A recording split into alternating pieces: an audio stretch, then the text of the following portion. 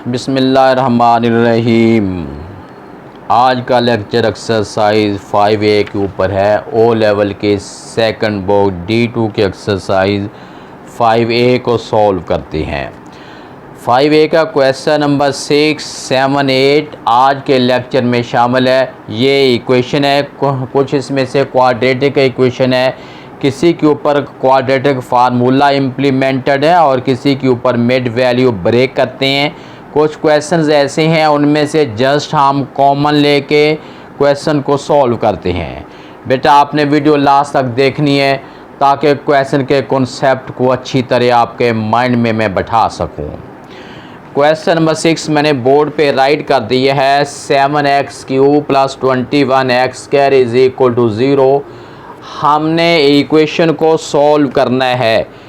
यहाँ कोई formula implemented नहीं है, ना मिड वैल्यू ब्रेक हो रही है, ना कोई फार्मूला इम्प्लीमेंटेड है। जस्ट हमने छोटा सा काम इसमें ये करना है कि दोनों वैल्यू में से जो कॉमन है हम ले लेंगे। एक तो 7 कॉमन है, 7 इधर भी है और 7 के टेबल में 21 भी आता है। 7 के साथ साथ x² भी है, इसके अंदर भी x² है और ये तो फिर x² है ही। 7 बाहर आ गया था, इसमें से x³ में से एक x² कॉमन था, रिमेनिंग x है प्लस।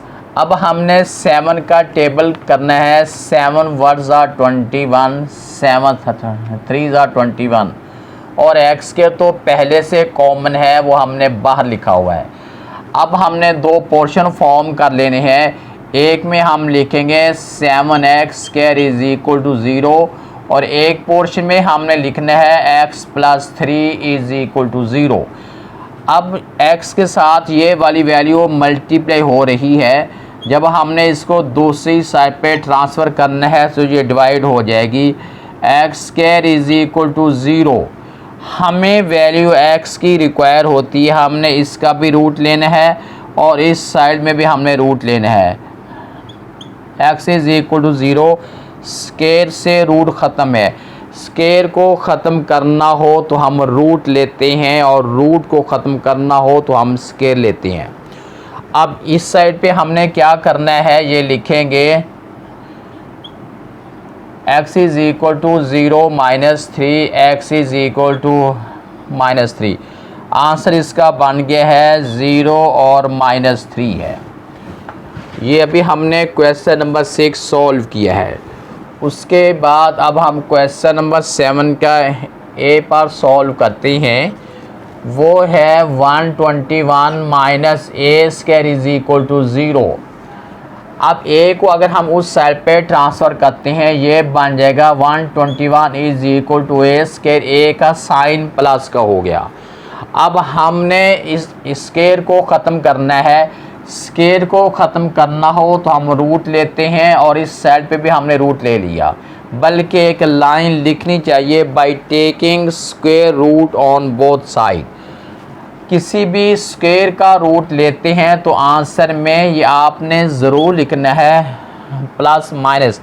ये उस वक्त आता है जब पहले से स्क्वायर हो और आप इसका ऊपर रूट ले रहे हों। 11 आर 121 है। ए पार्ट तो सॉल्व हो गया है 7A का और इसका बी पार्ट है 128 - 2b² इज इक्वल टू 0। अब हमने इसे सॉल्व करना है। ये है -2b² इज इक्वल टू -128, यानी उधर जाके इसका साइन चेंज हो जाएगा। साइन से साइन कैंसिल हो गया। b² इज इक्वल टू 128/2 है। रूल ये है कि अब वेरिएबल के साथ अगर कोई वैल्यू मल्टीप्लाई हो रही है, जब हमने उसका साइन उसकी साइड चेंज करनी है। अगर मल्टीप्लाई हो रही है तो डिवाइड हो जाएगी, अगर पहले से डिवाइड हो रही है तो फिर वो मल्टीप्लाई हो जाएगी। इसके ओवर में लेके आए हैं। अब ये बन जाएगा b² इज इक्वल टू 64। हमें b चाहिए, हमने b² का रूट, इसका भी रूट लेंगे और इस साइड पे 64 है, इसका भी हमने रूट लेना है। किसी भी स्क्वायर का रूट लेते हैं, आंसर में प्लस माइनस का साइन ज़रूर डालते हैं। 8 8 आर 64 है। क्वेश्चन नंबर 6 और 7 7 के दो पार्ट सॉल्व हुए हैं, ए पार्ट और बी पार्ट सॉल्व किया है। अब हम क्वेश्चन नंबर 7 के सी पार्ट को सॉल्व करते हैं। C square minus 1/4 is equal to 0। सबसे पहले काम हमने ये करना है कि 1/4 की साइड चेंज करनी है। ये जब इस साइड पे आएगा ये ऐड हो जाएगा, प्लस हो जाएगा, इस साइड पे माइनस है।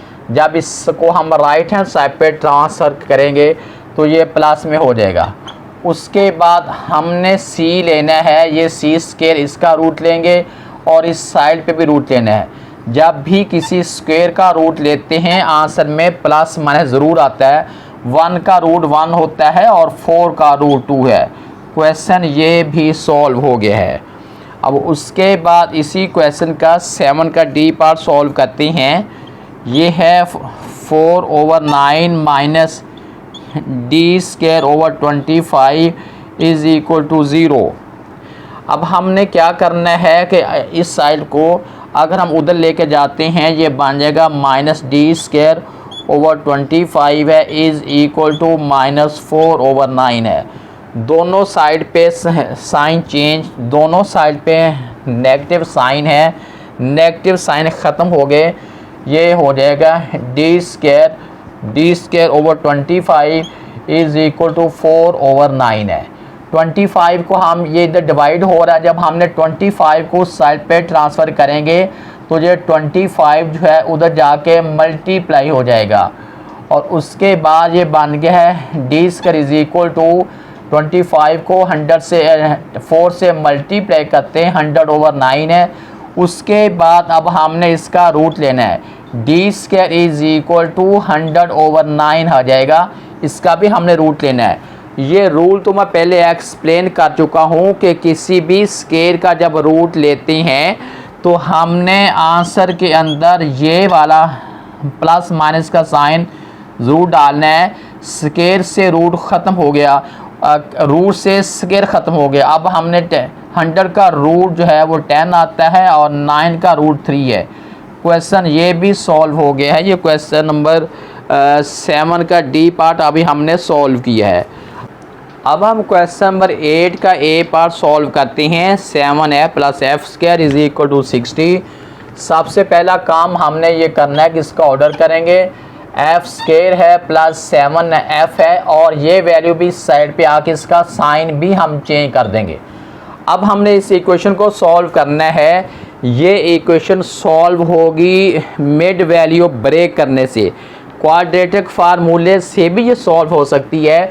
फर्स्ट और लास्ट वैल्यू को मल्टीप्लाई करते हैं, साइड पे लिखते हैं मल्टीप्लाई करके -60f²। अब ये वाला साइन ये इंडिकेट कर रहा है कि मिड वैल्यू का जो पेयर बनेगा, जो हमने दो पोर्शन बनाने हैं सब्ट्रैक्शन से बनेंगे। पेयर मिड वैल्यू का उस वक़्त पेयर ऐड होता है जब फर्स्ट और लास्ट वैल्यू को मल्टीप्लाई करने से आंसर में प्लस का साइन आए, और अगर फर्स्ट और लास्ट वैल्यू को मल्टीप्लाई करने से आंसर में माइनस का साइन आए तो तब आपने मिड वैल्यू जो ब्रेक करनी है एक के साथ लगाना है प्लस और एक के साथ माइनस आएगा। ये f² वैसे आएगा, इसका कोई रोल नहीं है, और -60 भी वैसे आएगा, इसका कोई रोल नहीं है। हमारा जो थिंकिंग पर्पज़ है वो 7f के ऊपर है। दो ऐसे इसके पोर्शन बनाने हैं, उनको सपरेट करें तो +7f बने और मल्टीप्लाई करने से -60 बनना चाहिए। अब जैसे एलसीएम लेते हैं हमने ऐसे करना है। अब इसको 2 पे करेंगे 260 है, और उसके बाद बन जाएगा 215 है। 3 पे करेंगे 3 5 15, 5 1 5 है। अब हमें चाहिए मिड वैल्यू 7 चाहिए। 7 अब हमने 7 बनानी है। 7 इसकी कैसे बनेगी, यही बात अब हमने सोचनी है कि मिड वैल्यू हमने ब्रेक करनी है। मिड वैल्यू ब्रेक करने से जो है वो 7f बने और उनको मल्टीप्लाई करने से 60 बनना चाहिए। अब देखें अगर हम ये दो करते हैं 15 है, 15 में से 4 निकाल 7 तो नहीं बनता। उसके बाद अगर हम ये 5 2 10 है और 10 अगर हम ये आपस में मिलाते हैं 5 2 10 बनता है, 10 में से अगर हम 6 निकालते हैं पीछे 4 बनता है, 7 फिर भी नहीं बनता। और उसके बाद हम फिर फर्दर सोचते हैं 5 2 10 10 2 20, 20 में से निकालते हैं फिर भी नहीं बनता। हमने यानी बनेगा तो इन्हीं वैल्यू को आपस में घुमा फरा के ही बनेगा। ये देखें 3 2 6 6 2 12। अब ये हमारे पास बन गया 12 है और ये 5 है। 12 में से 5 निकालते हैं 7 है, 12 5 जो है वो 60 है। दोनों काम हमने करने हैं, ये 12 है और ये 5 है। 12 में से अगर 12 का साइन हम लगाएंगे प्लस का, इसका माइनस का, 12 में से 5 निकालेंगे ये बनेगा +7। और अगर हम इसी वैल्यू को 12 को मल्टीप्लाई 5 के साथ करते हैं, 12 6 जो है ये 60 बन जाएगा। अब हमारा पेयर बन गया है, एक 12 बन गया है और एक 5 बन गया है। ये हमारे पास ये 12f है और ये 5f है।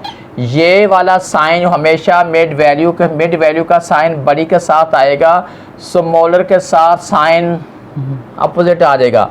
दोनों में से हमने f कॉमन लिया, रिमेनिंग जो है f + 12 है। लास्ट 2 में से कॉमन -5 है, रिमेनिंग जो है f + 12 = 0।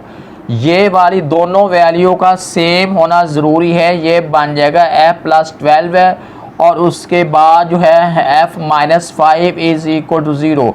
अब इसके दो पोर्शन हमने फॉर्म करने हैं, x + 12 = 0।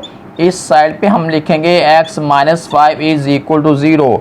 ये हो जाएगा f = -12 हो जाएगा और ये हो जाएगा f = 5।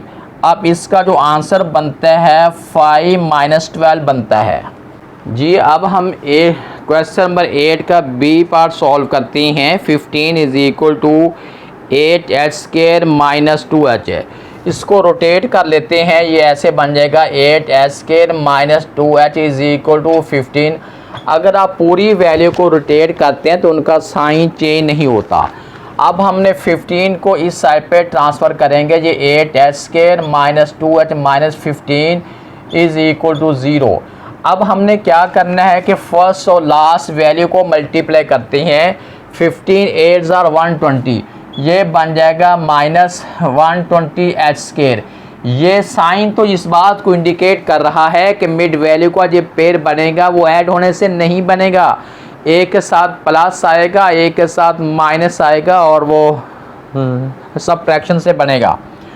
अब हमने 120 को हमने ऐसे करना है, 2 पे करते हैं, 2 6 0 है, उसके बाद बनेगा 2 30, फिर हो जाएगा 2 15, 3 पे करते हैं, 3 5 15 और उसके बाद 5 1 5 है। अब देखें 1 2 3 4 5 वैल्यू हैं। 5 वैल्यू की हमने 2 वैल्यू बनानी है। 2 वैल्यू ऐसी बनानी है कि उन दोनों पोर्शन को सबट्रैक्ट करें तो आंसर -2h बने और उन दोनों पोर्शन को मल्टीप्लाई करें तो आंसर -120 बनना चाहिए।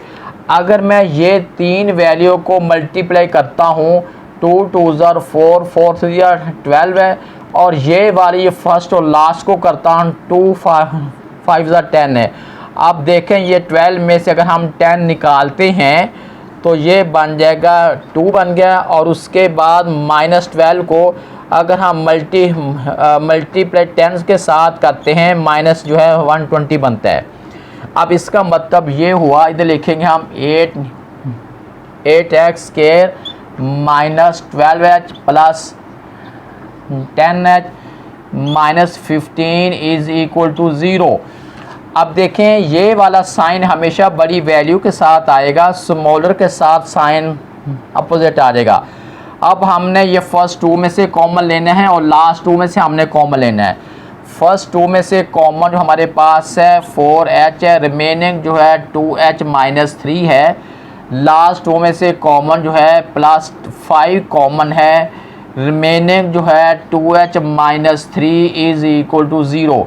ये दोनों वैल्यू का सेम होना ज़रूरी है, 2h - 3 और उसके बाद है 4h + 5 इज़ इक्वल टू 0। अब इन दो पोर्शन हमने बना लेने हैं। 2h - 3 is equal to 0। इधर हमने लिखना है 4h + 5 इज़ इक्वल टू 0।